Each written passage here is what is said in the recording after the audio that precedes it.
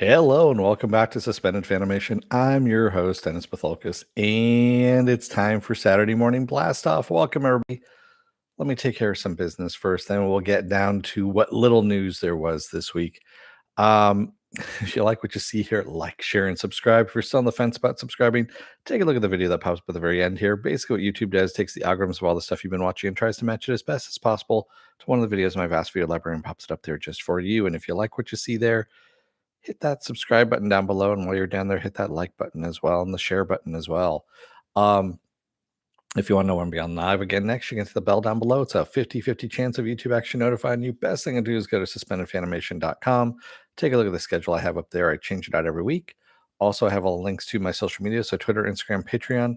No tier sip in the Patreon. I'm waiting until I hit 1,000 subscribers, which I'm very, very close. And then once that happens, there's going to be, stuff that I give you within those tiers. Not the $1 tier, of course, but the other tiers. There will be.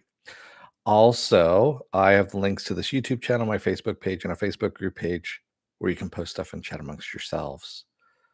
All right. Welcome, everybody. Like I said, it was a really fucking slow news week. I dug deep into the bottom of the barrel and beyond and found a few things, but nothing like really big, nothing glaring. And I mean, there's a lot of made up news that's out there too. I mean, there's a lot of fucking made up news out there. We got this covered. Yeah, there's a lot of shit out there that just is made up now, and I don't play that. I'm sorry, I just don't. It's ridiculous. Yeah, I can make up a whole bunch of shit and put it on here, but honestly, I'm not that much of an asshole. So, let's get to it, shall we? Chiwetel Ejiofor, I always mess his name up, is going to star. Originally, it was supposed to be over on Peacock. Was it Peacock? Yes. Now it's going over to Showtime. Called. It's going to actually be a series, "The Man Who Fell to Earth," and yes, it is based on the classic Bowie movie. So yes, he is going to star in this series now for Showtime. "The Man Who Fell to Earth." I don't know how I feel about that. I really don't. But on the one hand, it's Elijah who's starring in it, so he usually is in some really good stuff. On the other hand, you're redoing Bowie. So yeah, you know. Apple Crow says, "Can we do a Sunday morning bullshit then?" What do you mean, a Sunday morning bullshit? Just where we just bullshit for? Yeah, we can bullshit stuff. That's fine, Apple Crow. I mean, this is usually a free for all anyway. I've got stuff lined up to talk about just when it gets, when it lags. But yeah, if you guys want to, chip in with stuff, you're always free to chip in. I'm not going to be talking about the Snyder Cut, though, just so you know. Yeah, it's because if I talk about the Snyder Cut, it'll cut into my "Is it worth my time" on Tuesday, which I'm going to be covering that. So, and also I don't want to give any spoilers away. For those of you who didn't watch the Justice League when it first came out with Joss Whedon, it's the same fucking movie, by the way. Apple Crow says, "Saturday is the real news. Sunday we just make stuff up." Yeah. Well, true. I mean, I don't know. I just really don't like the made up stuff. It irks me for some reason. I don't know why. It really does. Oh, and by the way, I got my WandaVision shirt, by the way, too. So if I can stand up without killing myself on the chair here. So that's my WandaVision shirt. It's my Gum in the Works shirt. So for those of you who watched WandaVision, yeah, there was the 50s where he swallowed some gum accidentally and it went into his works, and they did the whole 50s thing, and I thought it was kind of funny. Yeah, and they had a shirt for it too. And it's official shirt too, so there you go. What else do I have here? So I don't know if you know about this, but there's a little show on Amazon called The Boys, and it's really fucking popular. Like really fucking popular. And Amazon, as a matter of fact, it's so popular for Amazon that they were doing a spin-off on this. The Boys is actually going to be doing a college spinoff where they're going to have essentially superhero college students that have powers and all this stuff, and of course mayhem ensues. And there's been some casting going on already. So they just cast Shane Paul McGee, Amy Carrero, and Maddie Phillips to star in this college spinoff. And they say it's nearing a formal green light, which it basically is going to. It's written by The Boys executive producer Craig Rosenberg, so yeah, it's definitely getting greenlit. Because I mean, come on, it's a fucking cash cow for Amazon at this point. And yeah, I don't know. On the one hand, I'm kind of okay if we get more boys stuff, but at the same time, I want the main characters of The Boys to be in it. I don't want just these side characters. So who knows what we got going on? What else is going on here? April 2nd, Disney Plus is going to bring us both the Ewok movies. So you've been warned. Tartakovsky's animated Clone Wars series that aired on MTV back in, I want to say it was like 2003 or something like that. It's actually really damn good. If you have Disney Plus, I'd highly recommend watching it. It's a good. It holds up even now. I watched it last year. I want to say they had it all collected on YouTube, and I rewatched it, and it was really good. And of course, they're also going to do part of the Star Wars Holiday Special as well. And essentially, it's the part where Boba Fett was first introduced as an animated character. So believe it or not, Boba Fett was not. He was not introduced in Empire Strikes Back. He was actually introduced in the Star Wars Holiday Special as an animated character, and that's where we first got to see him. Damn you, daylight savings time! I was actually late anyway, Stanley. I was very late. I was 45 minutes late, as a matter of fact. And yeah, shit happens. But yes, damn you, daylight savings time. I don't know why we're still on daylight savings time. We're not farmers. And quite honestly, farmers don't even follow that shit either. So yeah, it's just a worthless thing that confuses a lot of people. I'm not always late. I was on time yesterday. I was here at 6 o'clock for yeah. I agree with you, Stanley. Daylight savings time is stupid. It's one of those things that needs to be abolished. Oh, on Saturdays, yes, I'm always late. I know. Well, I'm not always late. I'll be on time next week because next week I'm getting my second dose of the vaccine. So, are you going to do a holiday special? Is it worth my time? What do you mean, Keith? A Star Wars holiday special? Because no, that one you can go and watch yourself. I'm actually kind of disappointed that Disney Plus is not going to do the whole Star Wars holiday special because I mean, B. Arthur behind a bar, dressed in Star Wars gear, I guess you can say, is something pretty horrifying too. It's yeah, that whole Life Day thing, and then the characters sing, Luke, Leia, and all them singing, and oh, so fucking high. You need to be really fucking high to watch that. Allegedly. So you want the Lucas cut? Well, if you sign a petition, Stanley, and maybe you can bother Disney to make a Lucas cut. Release the Lucas cut. Oh my god. Yeah. Um this is the reason why we have director's cuts and stuff like that. I'll say this, the only director's cut that I've ever seen that's made the movie better was Hagelin's cut of Payback.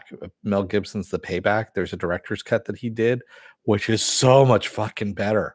I mean, granted, the movie's already good. The theatrical release was good, But for some reason, the director's cut of Payback, which I have up here someplace in my collection, is a great movie if you haven't seen it. It changes the ending too. The ending's changed a little bit, and yeah, it's just fucking phenomenal. Yeah. Oh, that is what we get nowadays. He cut it completely. Yeah. Keith Hamilton says Donnie Darko director's cut was better. Oh yeah, I haven't seen that one in a while. I might go back and take a look at it. The Donner cut is also good, but it's you know, um, I still like Superman is one of my favorite movies. Honestly, the Donner directed Superman, and I think it's just because I was a kid when I saw it, and I saw it in the theater, and it was probably the last time they did the whole like old style premiere where they handed you a program, and I still have the program someplace back here. No, actually not back here. It's someplace else. But still, yeah, I have the program for it and everything. And it was at an old style movie theater in San Francisco. So in San Francisco, there was a theater called the Coronet. People probably have heard about it because of Star Wars. That is where, George Lucas, it was his favorite theater. And of course, it no longer exists. It was torn down to make a Center for Aging complex, is what it's called now. So yeah, and it was a great theater. I mean, it was one of those. I saw The Matrix there when The Matrix first came out. I saw a lot of movies there that were. It was just a lot of fun to watch there. And I believe Lucas was the one that pumped money in to make that the first THX certified theater in the country. So yeah, it held a lot of first, in history, I guess you can say. And unfortunately, it no longer exists. It was a great theater, though. It was an old time theater. It was a single screen theater. So, yeah, it was a huge theater. I think it held like 5,000 people, something like that. And yeah, so it was a good time. But yeah, what are you going to do? Season 3 of Titans is supposedly going to premiere on HBO Max on July 15th, 2021. Now, I say supposedly because it's only been rumored at this point. There's been no official word on this, but that's what I've heard so far is it's July 15th, and we'll see from there. That means there's going to be plenty more dick jokes to go around, and yes, I'll cover it just mainly for the dick jokes. That's pretty much what I'm going to be there for, because I have no hope in hell that that's actually going to be any better than the first 2 seasons. I know that Alan Richmond keeps saying, "Oh, it's the best season ever," and I mean, he's been out there promoting the shit out of it, but yeah, I'm gonna err on the side of caution on that one. I was burned on second season where they said, "Oh yeah, second season's better," and it's like, no, it wasn't. We got the Batusi going on there with old man Bruce Wayne that didn't look like Bruce Wayne and had a British accent. So fuck that. Stanley Tweedle says, by the way, a lot of people seem to like the 4-hour Justice League, Zactus League. Okay. Supposed much better than yeah. Um, I'll just say this, Stanley. It's not that I didn't like it. It's the same movie. It's the exact same movie, only 4 hours long and with slow mo. That's all it is. So I don't know what other movie people are watching, but it's not the same movie that I saw. Yeah. And I never have to watch it again. That's the great thing about it. So, yeah. Yeah. It basically just expands some pieces. It adds like what you want to watch, Stanley, is watch the last like half hour, I guess you could say. The last segment, which is the epilogue, and that's where you'll get your stuff in there. You can watch the last 15 minutes of the last chapter before the epilogue, and you'll get your main character, if you will, your big whatever, and then you can watch the epilogue. Yeah. Applecross says, I expect a large amount of sunken cost fallacy for it, but I'll watch it myself. Yeah, it's really not. Yeah, it's the same movie. It's the same fucking movie. It really is what it is. It's just longer. Fellow Pandemic says Close Encounters of the Third Kind. Yeah, I remember that. The director's cut of that wasn't bad. That was like one of the first ones that came out. Aliens, the director's cut for the Cameron one, on Laserdisc was phenomenal. That was actually that added like a half hour, almost 45 minutes of extra footage to it, and you actually got to see the people on LV4 whatever. I can't remember the name of the planet now. I just remembered it was LV something. And so we got to see what happened to Newt's parents and all that stuff. And yeah. So that was actually a good director's cut too. So back in the day, Laserdisc, when Laserdisc was out, that was where the director's cut craze, I guess you can say, started, was on Laserdisc. And you had your regular Laserdisc, which was priced like $20 or something like that. Then you had your director's cut Laserdisc, which was normally somewhere around like $100, and it was huge and had extras to it and all that stuff, and was crazy. And of course, you'd pick and choose which one you wanted because, again, it was $100 back in the '90s at that point, and which was still a fair chunk of change. So, yeah, and yeah, and of course, I had the Laserdisc player that actually had the head that would flip, over, So, back in the day, you actually had to flip your Laserdiscs if you wanted to watch the entire movie. So you had half the movie on one side, then half the movie on the other side. So you had to get up and change it, unless you were like me and put some money into it and had the one where the head changed over. You still have to wait for like about a good, 30 seconds or so for it to move over, but still.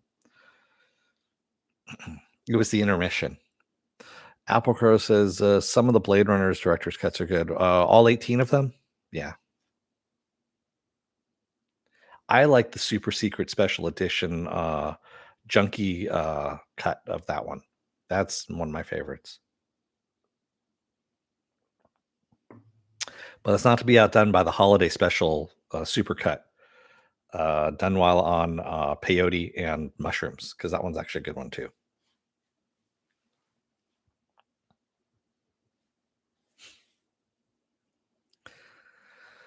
What else do we have here?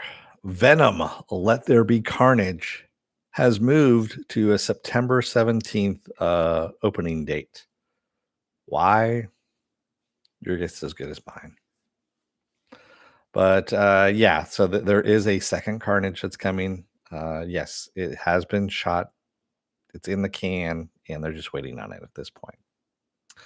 Stanley Turtle says, I had a tape deck that flipped the cassette, and we were bragging about Yeah, I remember the tape decks that I had one of those too. And it didn't flip the tape. All it did was it just reversed it and then played the other side of the tape. So yeah.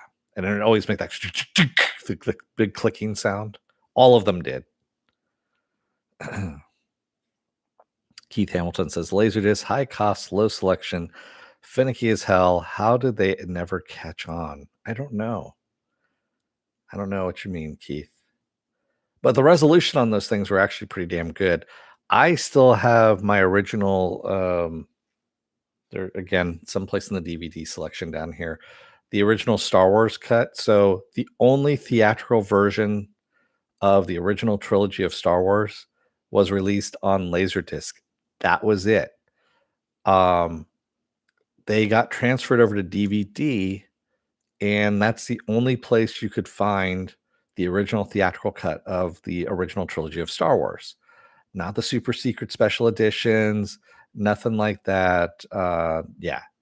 And so I have those back here. I mean, yes, they're not in, 1080p. They're not even not 4K, not 1080p. They're I think in 720 if I'm not mistaken. And yeah, I kind of I'm hoping at some point that Disney does do the upgrade on it and actually gives us the theatrical versions of those, but I think I'll never see that in my lifetime. Applecrow says, I have those Laserdiscs, but I don't have a Laserdisc player. Yeah, good luck on finding one, man. Those are rare unicorns. I don't know if any Laserdiscs even survive anymore, because the Laserdisc players, excuse me, because they were really fucking expensive to get repaired, and the parts aren't around anymore, and no one makes them anymore either. So, yeah. Good luck on finding something to play on that.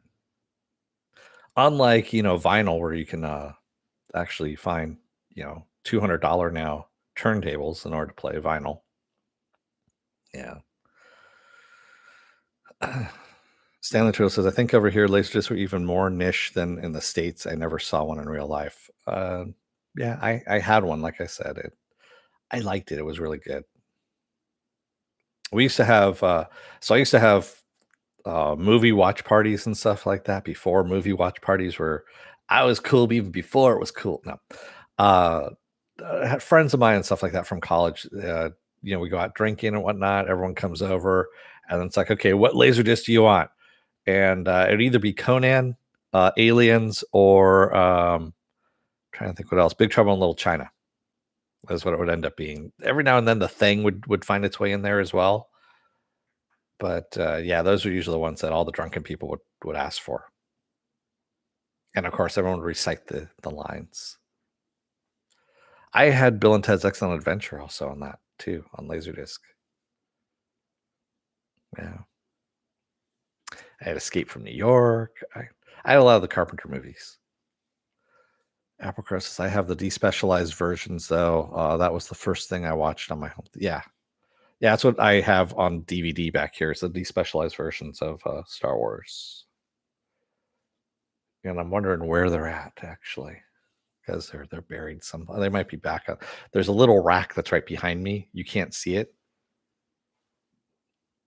There you go. You see the Big Lebowski ball right behind me there, and yeah, so that's a small rack of DVDs behind me as well, because there wasn't enough room on this bookshelf over here. Yeah, and also I just have the books over here. Some of the books, but there you go. What else is going on? Stars has renewed Outlander for a 7th season. You're in luck, Philip. I kid. I know you're waiting for Marvel's Agents of S.H.I.E.L.D. to come back. But yeah, Stars has been renewed for Outlander for a 7th season. And just to remind you, this is Stars. They're the people that actually killed both Ash versus Evil Dead and Counterpart because they were bringing in too many male viewers. Yes. Was the wrong demographic they were looking for. They wanted more female viewers to come in. Yeah. Anyway. Raymond K. Hessel says, I saw Pulp Fiction for the first time on Laserdisc. I was 7. I think it blew my fragile little mind. Stanley says, are there official despecialized DVDs or Blu-rays? I don't know, tell you the truth. If they are, they're just the transfers, usually is what it is. I think it's just the transfers from Laserdisc. Well, like I said, the Star Wars one, that was a transfer from Laserdisc. Lucas really didn't care. He just slapped it on DVDs. He goes, here, I'm never doing anything about this one ever again. It's all going to be the special edition from here on out. Then he sold to Disney, and Disney's been sitting on it ever since.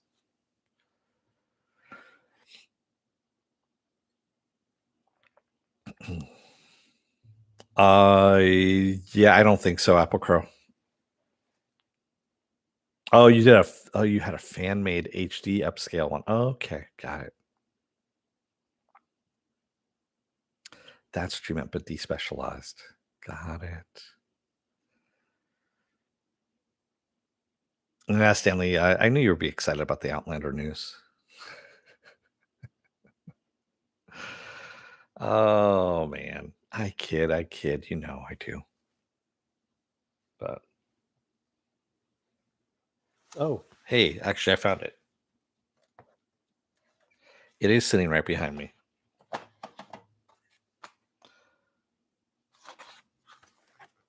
There you go. There's Return of the Jedi. That is the so what Lucas did was when he released these is he put the special edition on here along with the original theatrical release on the backside. And so yeah, it's really two movies in one. So you got the the special edition with the stupid ring when the Death Star 2 explodes, or you have the original version where and also I think he has the CGI Ewoks on the special edition on that one too. But yeah, but there you go. Sorry, I thought I saw a nail back here, but like a hammer nail, but I don't know. Yeah. Applecrow says Outland is just talking about feelings in Highlands. Outlander. Uh it is supposed to be about time travel, I guess, and then also talking about feelings in hallways, yes. But old Scottish hallways, that are poorly made and drafty as all hell. Applecrow says those original theatrical releases are the VHS transfer, if I remember correctly. No, it's not. It's the Laserdisc transfer, is what those are. That one is the Laserdisc transfer. I know for a fact that that's what that is. And yes, they do still look crappy though. But the PS4 actually does an upscale of 1080p. Is what it does. Mm-hmm. Stanley Trail says Outlander is about sex and feelings in the Highlands, France, the Caribbean, and pre-US. Oh, really? So I wasn't joking when I said you actually were cool about that. That you were excited about that. Oh man. Okay. So we know where Stanley's niche is on that one. Not that it's bad. Just saying that it's your niche. Go with it, man. Peacock is developing the series The Zone of Silence, and this follows a husband and wife UFO hunting team that discovers an alien plot to attack the Earth from an area like the Bermuda Triangle within Mexico. And they think if they can save the world, it might save their marriage.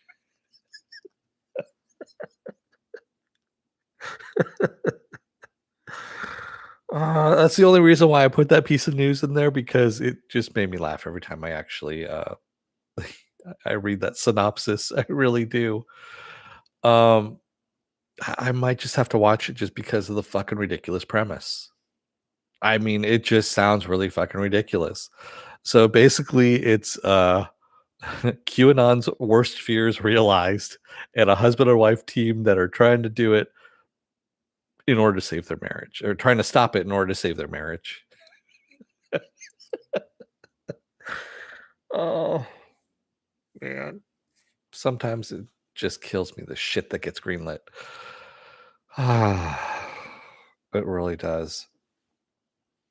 There's just some phenomenally bad shit that gets greenlit, and you wonder how it gets greenlit. Yeah.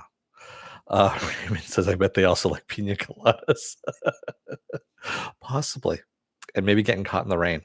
Apple Crow says, I can't believe social media would lie to me like this. I know, man. I mean, you should be able to trust everything that comes out on social media. It's a travesty. What can I say? Oh. Uh, is it Kevin? No, it's not. Believe it or not, it's actually a Battlestar Galactica alumni who is in this, and I need to actually pop it up because David Icke, E-I or Eck, E-I-C-K, is in it. So let me see here. He's the executive producer, excuse me, of this. And supposedly WWE star Charlotte Flair is attached to star. Oh, she's attached to star in the reboot of the Walking Tall series. So he's doing two different series, and one of them is that. And let me see here. Oh, Mario Lopez will produce The Zone of Silence via his production company, VMAR. There you go. So, yeah. So who knows who's going to be in it at this point? Yeah. We just know it's been sold to Peacock and they're running with it. Yes, it is the lizard's conspiracy theory is what this one is. So, yeah.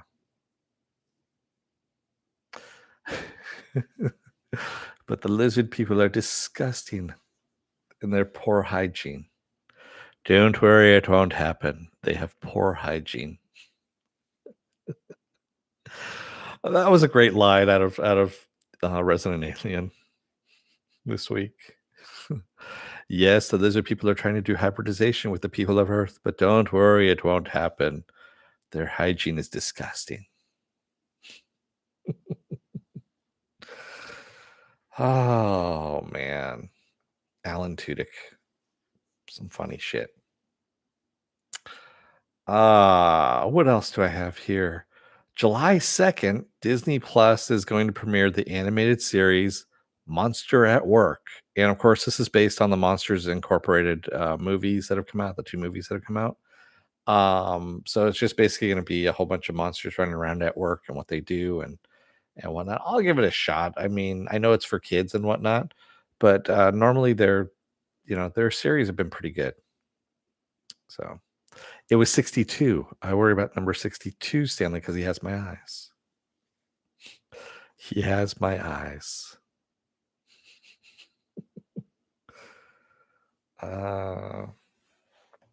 Some good stuff. But yeah, Monsters at Work sounds like it would be kind of fun.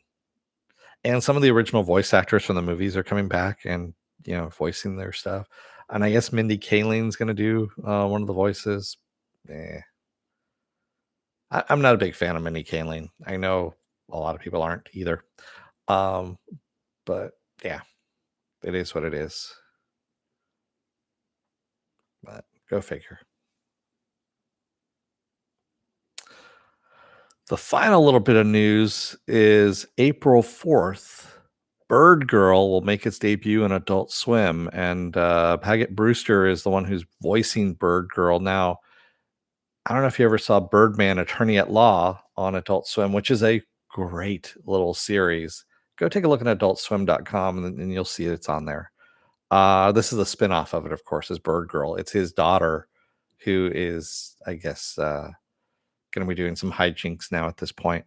And I'm hoping they're going to get Gary Cole to come back and do some voicing of Birdman because that series made me fucking laugh.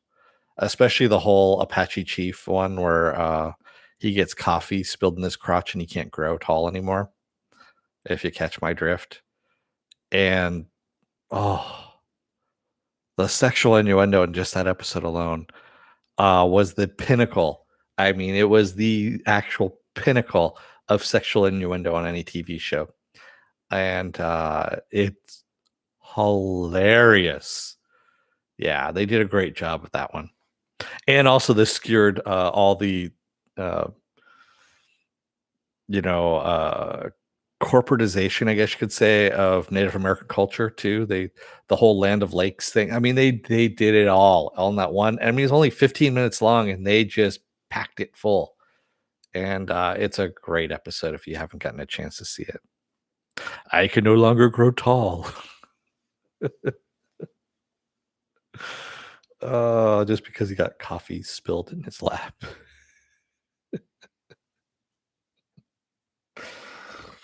Man. Yeah. That's all I got for you news-wise. I mean, like I said, it was a really slow news week, and I was digging at the bottom of the barrel there, and that's what I can come up with you on that one.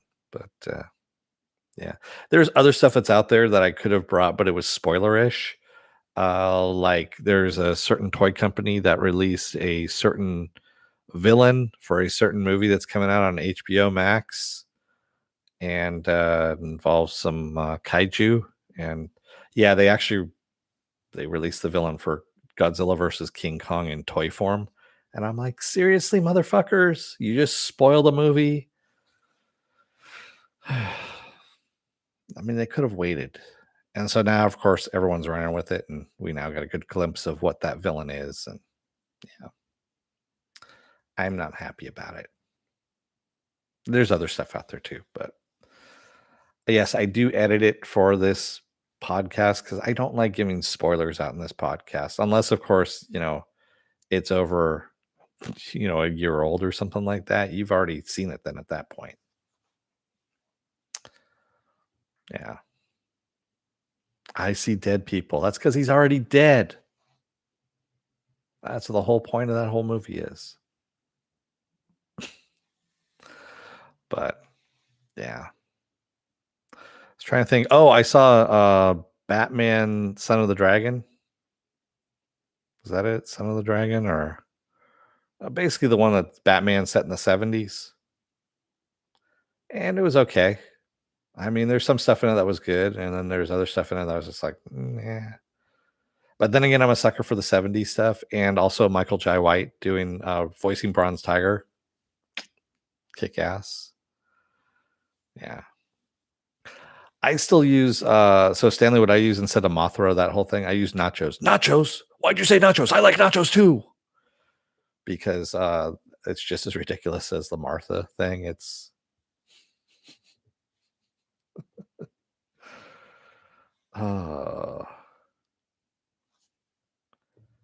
yeah. In case you can't tell, we're talking about Batman versus Superman, the whole Martha thing. Martha, why'd you say that name? My mother's name is Martha too. It's like, yeah, we already know that. We've seen her die like 5 times already. 6 if you count the TV shows. 7, 8, somewhere around there. We don't need to see them die anymore. Thomas and Martha Wayne. What would be nice is if they actually just did the the Elseworlds, was it the Elseworlds one? It was the New 52 one where Thomas Wayne became Batman and Martha Wayne became the Joker, all because they watched young Bruce get killed. And that would be a lot better of a series. I mean, because then for a change, we actually get to see Bruce Wayne die and his parents go crazy. And that was an interesting twist to things. And Gotham becomes a much darker place too than it already is, which is kind of hard to describe on that one. But yeah. Flashpoint, thank you. Yes. They kind of touched on it a little bit, Raymond, but they didn't really dive into it. In the comics, it's a lot worse. It's you're like, holy fuck. Yeah. Yeah, it is bonkers, Stanley. They really should just do an animated movie on that one alone. And I know they kind of touched on it in Flashpoint Paradox, but they didn't really delve into it. Yeah, I think they delved into it even further on in the comics because everyone was like, "Holy shit, Thomas Wayne is Batman! Holy fuck!" And so they went back and did some more stuff.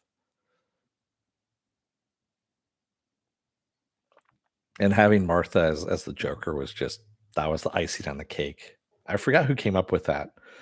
I don't know which writer came up with that one, but it was actually a good storyline. I mean, a really good storyline. And it was a twist on the whole, Batman lore. So Raymond says, I like the darkness of the New 52, but a lot of people don't. Yeah, I wasn't a fan of it. As a matter of fact, I think that was my jumping off point of DC was when they did the New 52 because it went into everything and it killed pretty much all the lines of comics.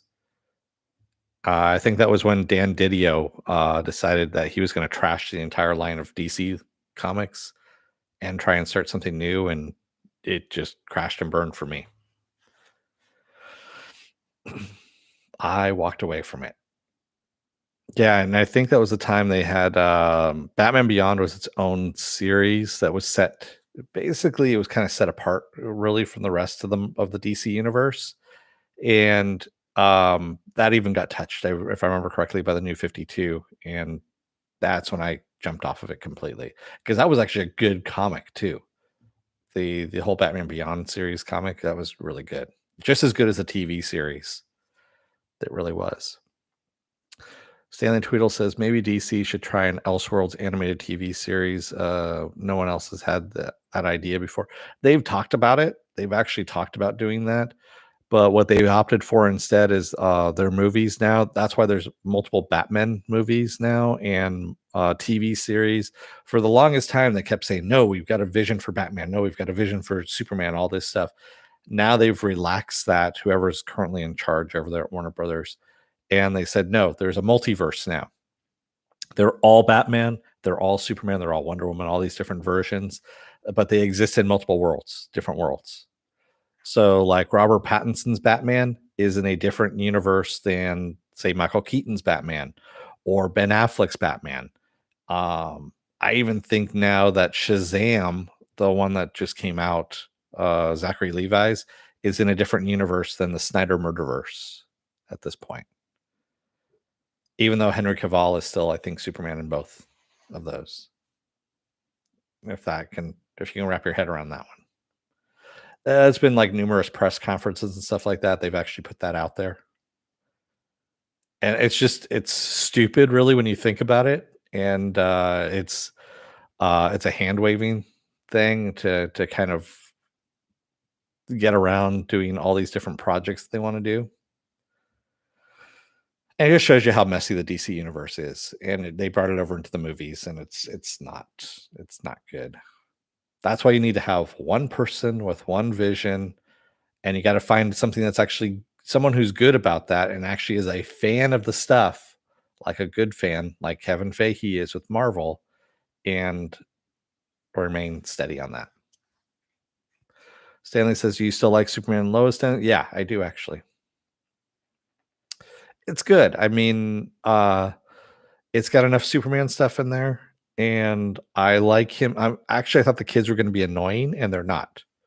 I'm actually surprised by that. I'm very surprised that the kids aren't annoying, and Lois is actually Lois. I mean, she's getting into her normal shit that she gets into. She's being a reporter, and I mean, fuck, someone torched your car, tried to kill her. And that's in what is it, your first 2-3 episodes, somewhere around there? All because she's investigating a story. And I'm kind of liking that. I know a lot of people are saying this last episode fell into the Arrowverse trap, and I'm like, no, it didn't really.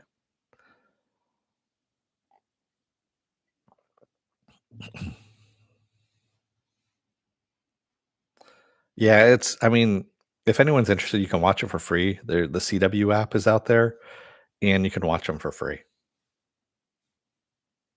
And if you're in other countries, you can use a VPN spoofer so that you say you're in the United States, and then you can watch it for free. Raymond says, "I doesn't bother me. I like having different takes on a universe, sort of like old mythologies that get translated differently." I agree with you on that, but when you're trying to do something like a movie, it kind of detracts. I see now how it can detract from your movies and your TV. So I think that Disney is doing this right by having Kevin Feige oversee both the Marvel movies and the Marvel TV series, and then merging them that way. And yes, they are going to be bringing in, multiple universes or multiverses at this point, which is going to explain things further, but they're doing it in a way that's going to explain it to the audience instead of just going, well, we got multiple universes out there. That's why you have different Batman, and not explain it to anybody in the movies, in the movies themselves. But Fahey is setting this up so that it's going to explain this to the everyday person who's not into comics. That's what it is. And those of us who have been reading comics, basically consuming comic related stuff for years, decades, and all that stuff are familiar with that. We're already indoctrinated into all that thinking of multiverses and stuff like that. Your average viewer is not. And by doing it the way that Marvel is doing it right now, I think is the right way of doing it. And that way you can bring in your crazy, 15 different versions of Wolverine, or you can bring in mutants, even though you have the Fox X-Men mutants out there. And now you can bring in your own mutants and or Fantastic Four and whatnot. And yeah.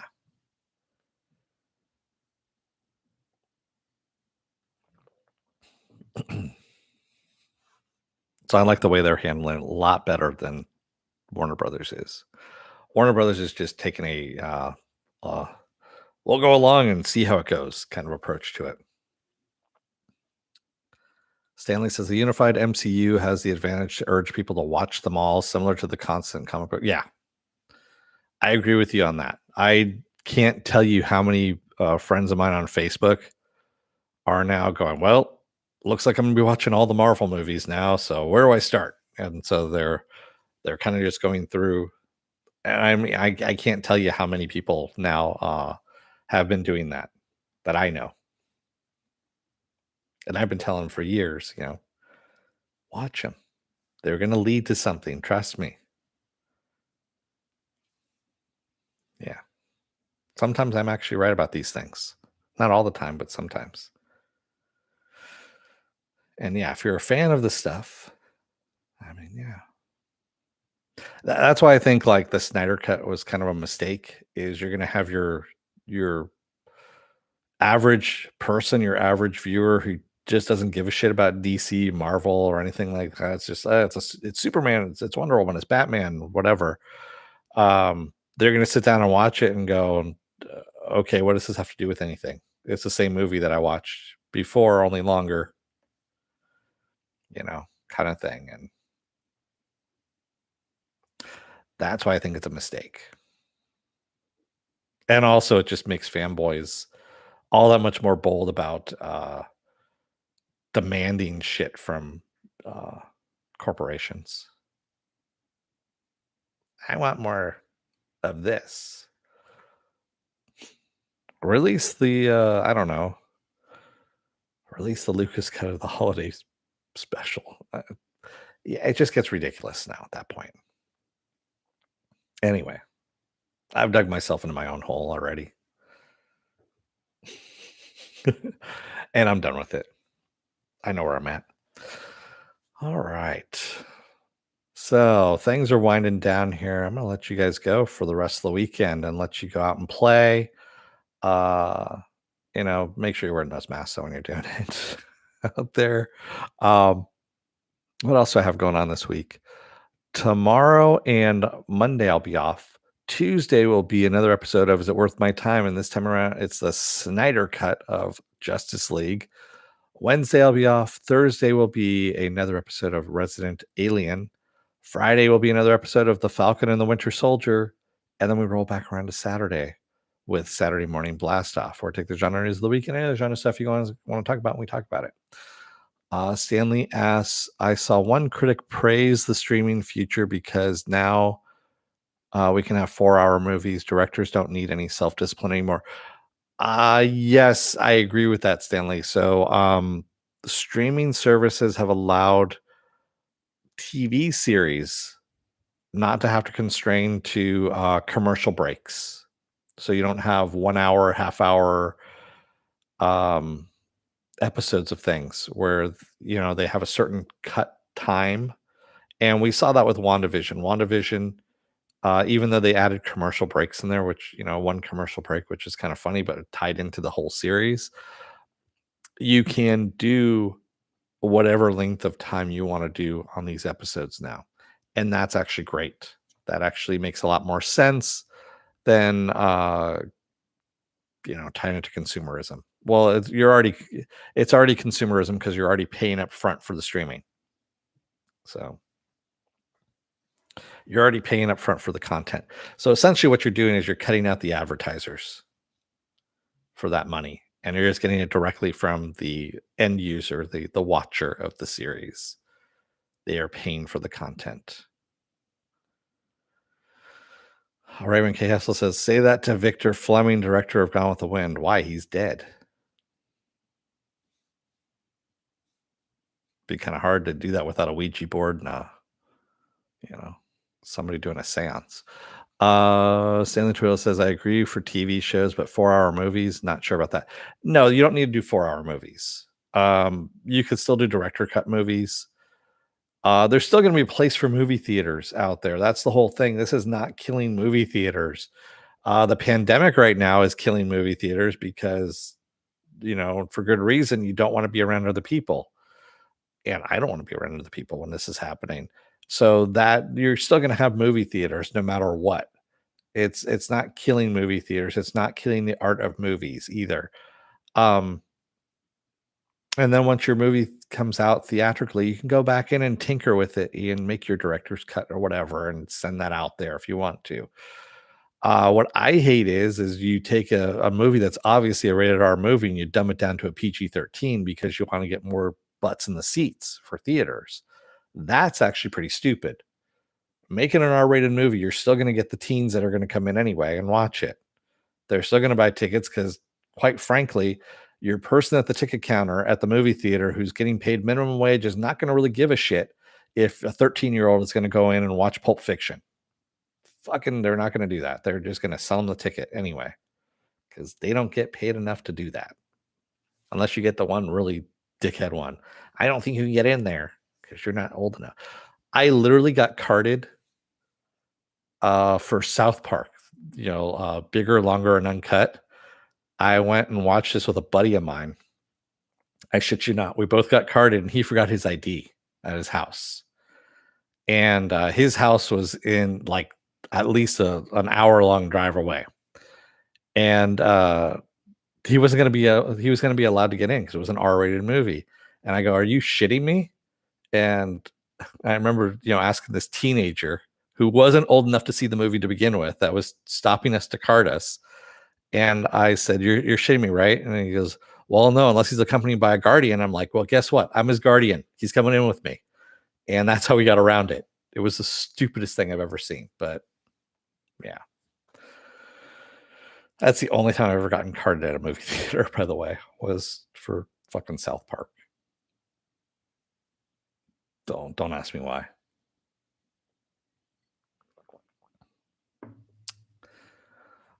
Stanley says, I agree for TV show. Oh, no, I already read that. Stanley says, not over here. It's forbidden by law here to let people in that are too young. It's not a suggestion. Wow.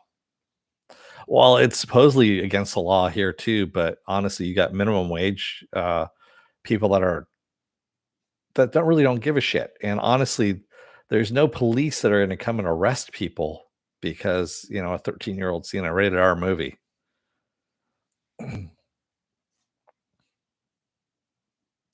Now, porno, you can't get into a porno theater unless, you're 18 or older, but still.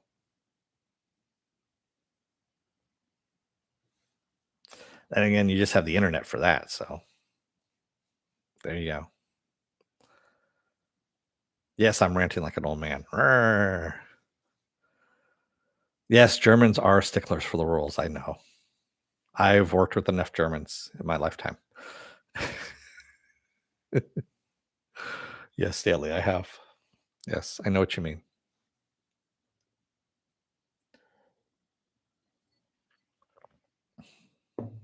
But also, there's some good stuff to be said for that too. They were actually people that actually followed the safety rules. So I do safety for a living kind of thing. And yeah, they were the people that actually adhered to the safety rules more than anybody else in the lab. I mean, there's some people that do some really crazy ass shit.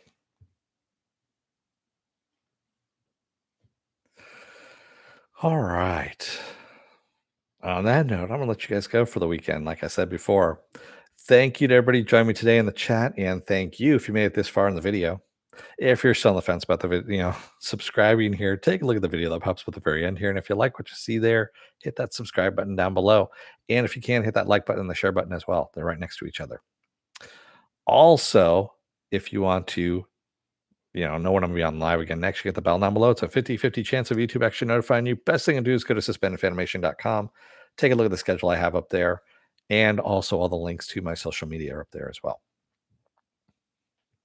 So, yes, Stanley, they are, well, they're one of the best engineers in the world, but there's an equal amount of engineering greats around the world. That's all I'm going to say. Thank you, everybody. Have a good weekend. Don't let the door hit your ass on the way out. Otherwise, I don't know. You may end up debating whether or not streaming is a good thing or a bad thing online. And you're just streaming at that point. So is that counterproductive? I don't know. Anyway, thanks, everybody. Have a good weekend. I will see you again on Tuesday. Until then, stay safe, be well, take care, wear those masks, and get those vaccine shots if you can get an appointment. Thanks, everybody. Talk to you on Tuesday. Have a good rest of your weekend.